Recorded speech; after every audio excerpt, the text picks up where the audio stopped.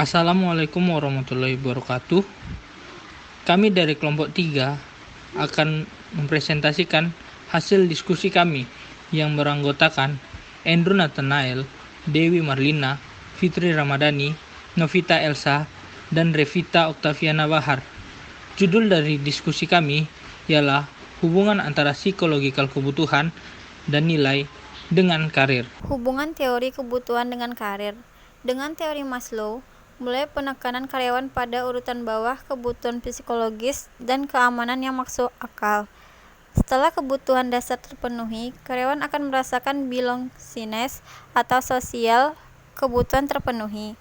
Tingkat interaksi sosial merupakan keinginan karyawan yang bervariasi berdasarkan apakah karyawan adalah seorang introvert atau ekstrovert.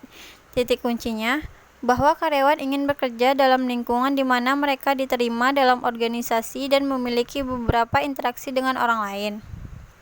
Aplikasi teori hierarki kebutuhan Maslow dalam pengembangan karir. Berikut adalah contoh gambarnya. Yang pertama, psychological needs. Dalam memenuhi kebutuhan fisik, perusahaan tempat bekerja karyawan dapat menyediakan fasilitas seperti kantin bersih dan sehat, ruangan kerja yang nyaman, toilet yang bersih dengan jumlah yang memadai, dan juga waktu istirahat yang cukup untuk dan terutama di lingkungan kerja yang kondusif. Yang kedua, safety needs. Kebutuhan akan rasa aman dapat dipenuhi melalui mempersiapkan pekerjaan dengan baik, sikap atasan atau manajer yang menyenangkan, tidak menghakimi dan tidak mengancam, mengendalikan perilaku karyawan di saat jam kerja, menegakkan disiplin dengan adil, konsisten expectation, lebih banyak memberikan penguatan perilaku melalui pujian atau ganjaran atau segala perilaku positif karyawan daripada pemberian hukuman atau teguran atas perilaku negatif. Yang ketiga, belongingness and love needs. Hubungan antara atasan dengan karyawan, hubungan antara karyawan dengan karyawan. Berikutnya, esteem needs. Self-esteem, penghargaan dari pihak lain, pengetahuan dan pemahaman estetik. Self-actualization needs. Penuh kebutuhan aktualisasi diri dapat dilakukan dengan cara memberikan kesempatan kepada para karyawan untuk melakukan yang terbaik, memberikan kebebasan kepada karyawan untuk menggali dan menjelajah kemampuan dan potensi yang dimilikinya, menciptakan ruang lingkup pekerja yang bermakna dikaitkan dengan kehidupan nyata. Yang selanjutnya ada hubungan nilai kepribadian dengan karir. Kepribadian ekstrovert dan kestabilan emosional memiliki pengaruh besar dalam kesuksesan karir seseorang. Meskipun begitu, memiliki kepribadian ekstrovert tidak menjadi salah satu persyaratan mutlak yang menjadikan seseorang untuk mencapai kesuksesan seseorang. Dengan kepribadian yang optimis, dapat melihat sisi positif dari situasi negatif yang memungkinkan mereka untuk mengatasi hambatan dalam karirnya. Menurut Gibson dan Michel, paling tidak terdapat 5 teori perkembangan karir. Di antaranya, yang pertama ada teori proses. Menurut Ginsberg, perkembangan karir terikat pada 3 elemen dasar, yaitu proses, invertibilitas, dan kompromi. Yang kedua ada teori pengembangan. Menurut teori ini memandang bahwa perencanaan karir merupakan perkembangan karir pada seseorang sebagai aspek perkembangan totalitas pribadi. Yang ketiga ada teori kepribadian. Dinyatakan bahwa perilaku mencari pekerjaan hakikatnya adalah upaya mencocokkan antara karakteristik individu dengan lapangan pekerjaan khusus. Yang keempat ada teori sosiologi. Lipset menyatakan bahwa keanggotaan kelas sosial berpengaruh terhadap pilihan karir tertentu ketika ia mencapai usia remaja. Dan yang terakhir ada teori ekonomi. Menurut Gibson dan Michel, teori ini menekankan pentingnya faktor-faktor ekonomi dalam pilihan karir. Teori kebutuhan. Pentingnya teori hierarki kebutuhan Maslow dalam meningkatkan motivasi karyawan terletak dalam hubungan antara kebutuhan dasar dan kebutuhan tumbuh. Perusahaan hendaknya menyadari bahwa apabila kebutuhan dasar dan kebutuhan tumbuh karyawan tidak dapat terpenuhi, proses saat bekerja akan dapat terganggu. Dalam kondisi seperti ini, perusahaan dapat mengatasinya dengan menyediakan fasilitas, kebutuhan fisik, dan lainnya. Namun, kebutuhan dasar yang paling penting adalah kebutuhan akan kasih sayang dan harga diri. Karyawan yang tidak memiliki perasaan bahwa mereka dicintai dan mereka mampu, kecil kemungkinannya akan memiliki motivasi untuk bekerja yang lebih kuat untuk mencapai perkembangan ke tingkatan yang lebih tinggi. Selanjutnya adalah kepuasan kerja. Mathis dan Jackson tahun 2006 mendefinisikan kepuasan kerja adalah keadaan emosional yang positif yang merupakan hasil dari evaluasi pengalaman kerja seseorang. Pendapat tersebut searah dengan pendapat Maxson tahun 2010, Robbins 2013. Kepuasan kerja bisa didefinisikan sebagai suatu perasaan positif mengenai pekerjaan seseorang yang merupakan hasil dari evaluasi karakteristiknya.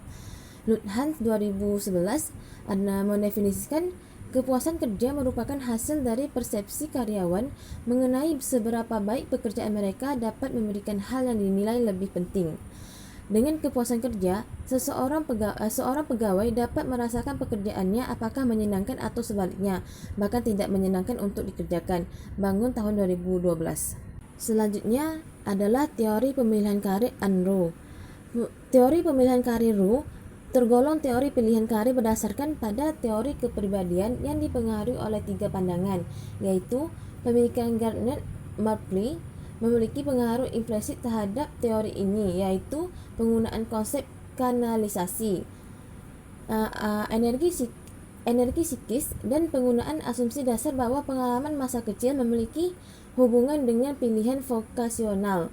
Teori kepribadian kedua yang digunakan secara signifikan dalam teori Rowe tentang pilihan vokasional adalah teori kebutuhan dari Maslow. Ada 8 kebutuhan, yaitu kebutuhan fisiologi, kebutuhan rasa aman, kebutuhan untuk memiliki dan mencintai, kebutuhan untuk dianggap penting, respek, harga diri, dan independen. Kebutuhan akan informasi, kebutuhan untuk bisa memahami dan dipahami, dan juga kebutuhan untuk keindahan dan kebutuhan untuk aktualisasi diri. Selanjutnya ada nilai-nilai kerja dan karir. Yang pertama itu ada independensi. Seseorang dengan value kerja independensi ditandai dengan keyakinannya yang kuat untuk mengambil keputusan secara mandiri. Dalam bekerja tidak memerlukan pengawasan yang ketat dari atasan serta memiliki kreativitas dan menemukan caranya sendiri dalam memecahkan masalah. Yang kedua ada kondisi kerja. Banyak pekerja yang menganggap penting kondisi kerja yang baik, mendapatkan gaji yang cukup, dan benefit-benefit lain yang normatif. Pekerjaan yang diinginkan juga yang tidak terlalu berisiko, baik dari sisi tugas maupun dampaknya terhadap gaji yang dibawa pulang ke rumah. Yang ketiga ada recognition atau pengakuan. Seseorang dengan nilai kerja ini akan menganggap penting peluang-peluang untuk mendapatkan promosi ke jabatan yang lebih tinggi atau jabatan-jabatan yang memiliki nilai prestisi yang tinggi. Mereka juga sangat termotivasi untuk dapat mengarah atau mempengaruhi orang lain. Yang keempat adalah relationship atau hubungan. Seseorang dengan tipe ini akan menganggap penting hubungan yang harmonis dengan atasan, bawahan, dan rekan kerjanya. Suasana kerja menjadi hal yang penting dalam menjaga kinerjanya. Bekerja dengan orang yang berbeda-beda budaya menjadi motivasi yang penting dalam bekerja, menjadi orang yang ringan tangan dan peduli dengan orang lain. Yang kelima ada achievement. Seorang yang menekankan achievement menganggap pencapaian prestasi di tempat kerja menjadi hal yang penting. Mereka akan menggunakan kekuatan-kekuatan dan kelebihan-kelebihannya untuk mencapai prestasi di tempat kerja. Mereka sangat tertantang untuk belajar dan mengasah skill-skill baru dalam rangka mencapai prestasi. Yang terakhir ada support atau dukungan. Pekerja dengan tipe ini menganggap dukungan dari atasan menjadi hal utama dalam mempengaruhi kepuasan kerjanya.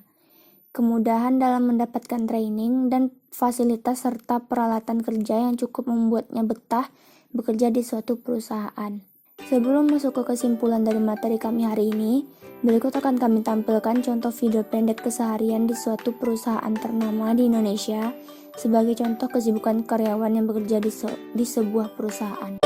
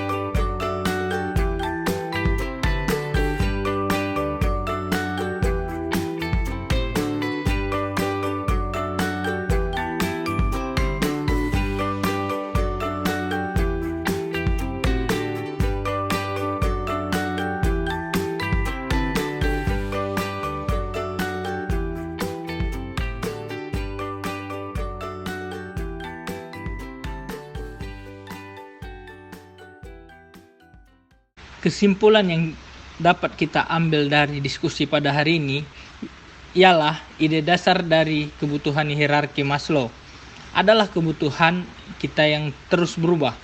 Sebagai salah satu kebutuhan bertemu, kita menginginkan kebutuhan lainnya. Ini adalah keindahan dari teori motivasi Maslow.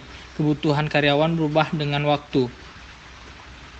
Ini berarti bahwa manajer harus terus beradaptasi dengan perubahan kebutuhan karyawan jika mereka ingin menjaga tenaga kerja mereka termotivasi.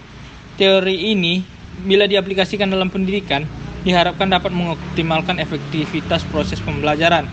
Secara umum, dapat dikatakan bahwa kepuasan kerja adalah rasa nyaman dan pengalaman positif bahwa seorang karyawan telah terkait dengan pekerjaannya. Apabila perasaan negatif yang didapat, maka dapat dikatakan bahwa terjadi ketidakpuasan dalam diri karyawan tersebut. Kepuasan tersebut dapat diperoleh dari pengalaman emosional, lingkungan kerja, dan hubungan antara atasan maupun bawahan dan rekan kerja. Pada dasarnya, kepuasan kerja merupakan suatu hal yang lebih condong pada sifat individual, karena setiap individual akan memiliki tingkat kepuasan yang berbeda-beda. Hal ini sesuai dengan persepsi yang berlaku di dalam diri setiap individu. Semakin tinggi aspek dalam pekerjaan yang sesuai dengan keinginan individu, maka akan semakin tinggi pula tingkat kepuasan yang dapat dirasakan sebagai dasar untuk mengembangkan teori kepuasan kerja yang dikembangkan dari teori A. Maslow dan F. Herzberg. Menurut teori ini, karakteristik pekerjaan dapat dikelompokkan menjadi dua kategori. Yang satu dinamakan dissatisfier atau hygiene factor, dan yang lain dinamakan satisfier atau motivator.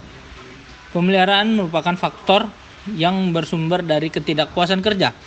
Teori Roe dirumuskan berdasarkan hasil penelitian yang dilakukan mengenai latar belakang, perkembangan, dan kepribadian para ilmuwan berbagai bidang, antara lain ilmu-ilmu pengetahuan sosial dan ilmu pengetahuan alam.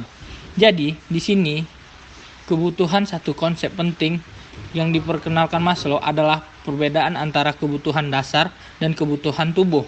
Jadi, telah kita dengar kesimpulan yang telah kami berikan kepada teman-teman. Dengan berakhirnya sesi kesimpulan, maka berakhirlah diskusi pada hari ini. Jika kami ada kesalahan kata, mohon dimaafkan. Assalamualaikum warahmatullahi wabarakatuh.